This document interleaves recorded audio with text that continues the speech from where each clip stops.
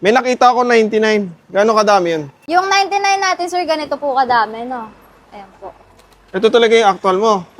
Ito, freebies, ah. Ngayon lang ako nakakita ng lechon de Cebu na may lamang mga seafood sa loob. Ang malupit dyan ay makakabili ka niyan ng 99 lang na may kasama pang Java rice na ganito kadami ang serving. Hello po.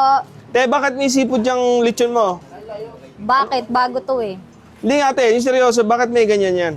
Ito kasi, sir, yung lechon natin, may optional siya. So, pwedeng may seafood, pwedeng wala. Pagka may seafood, mag-add lang kayo ng 1,000 pesos. Itong belly, bakit may laing sa loob? Bakit may ano? Laing. Props yan, ano ba? Props ba yan? Magkano yung sa belly? Sa belly natin, sir, 1,000 per kilo. Dito sa lechon po, Starting price natin dito, sir, is 10,500 hanggang 22,000 po.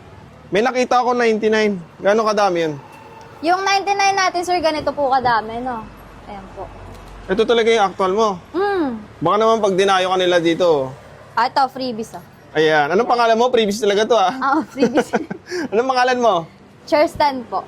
Ang store hours po natin is 9:30 till 11 p.m. And sa pag-order naman po ng lechon natin is 24 hours po. Ang pangalan po ng store namin is Left Hook Lechon House.